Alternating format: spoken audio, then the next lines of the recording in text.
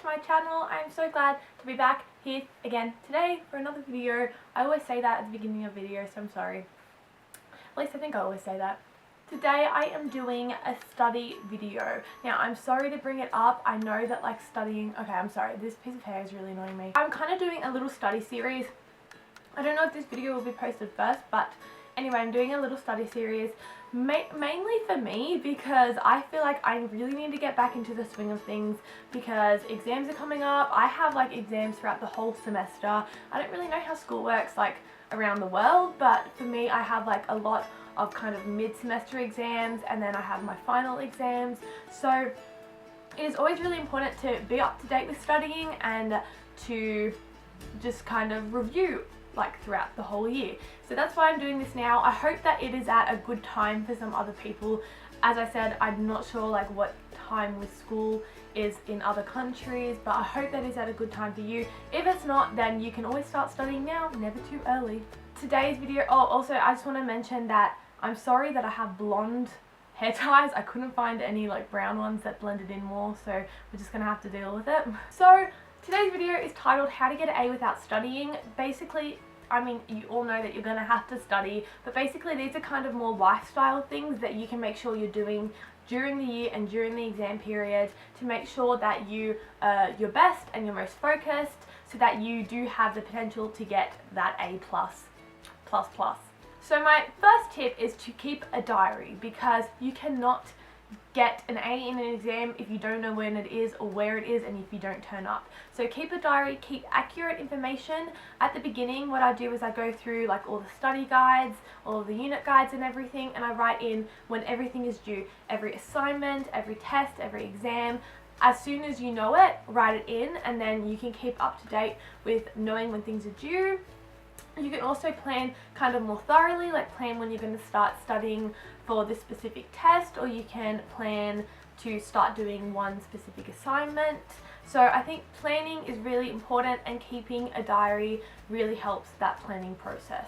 Number 2 is go to bed early, and that sounds like the most simple thing ever and everyone basically knows that you should go to bed early when you have exams on, but I feel like sometimes people don't really pay attention to that and they just stay up and study all night. And personally, I don't think cramming is very good. I mean, if you really have to, then I think, yeah, stay up and cram a little bit. But as I said before, you can't pass a test if you're not in the test. Same as you can't pass a test if you're sleeping in the test. So I think it's more important to get a good night's sleep, go to bed a bit early, kind of shut off all of your electronics, close your books maybe like an hour before bed just so you can go to bed relaxed with something else on your mind and then have a good night's sleep. Number 3 is to take care of your general health. So all of these things are kind of taking care of your health, but when I say taking care of your general health, I mean like make sure you're drinking enough water, make sure that you're eating well. I mean, I know that it's a lot easier to eat kind of the quick and fast foods because all you want to do is, you know, study or do assignments and stuff. You don't really have time to cook, but maybe having you know, switching out something for a healthier snack like having an apple, that is a really good alternative. And also my last one of taking care of yourself is to do a little bit of exercise. It doesn't have to be much. You could just take like literally a 10-minute break and do a 10-minute yoga routine on YouTube. Like, that's pretty simple. You could take a 15-minute break one time and go for a walk around the block. Nice and easy. If you want other suggestions, then I'll link my lazy workout routine. I think that's what I call it. I can't remember. Number 4 is kind of an ongoing thing that you should do during the semester, and it's attend as many classes as you can. I feel like if you're there, then some information is bound to sink in, and that's going to be like kind of one less thing that you're going to have to study for. And number 5, and my last tip, is to practice positive thinking. Now, this is stuff like kind of just changing your thoughts. I know that it doesn't sound like it's going to do much, but I really think it does. Saying things to yourself like, I have to get an A on this test, I have to pass this, otherwise I'm going to fail and I'm going to drop out and I'm going to be a failure for the rest of my life. Saying stuff like that does not help at all. You should be saying more things like, I'm going to go into this test and show them what I know.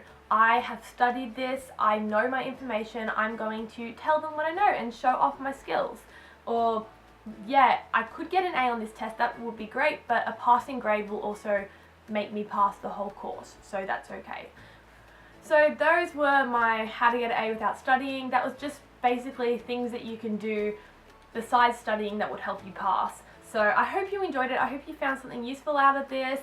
I'm going to go now. Give it a thumbs up if you enjoyed, and subscribe if you want to see more from me. And yeah, that's about it. So I hope you have a great day. Bye!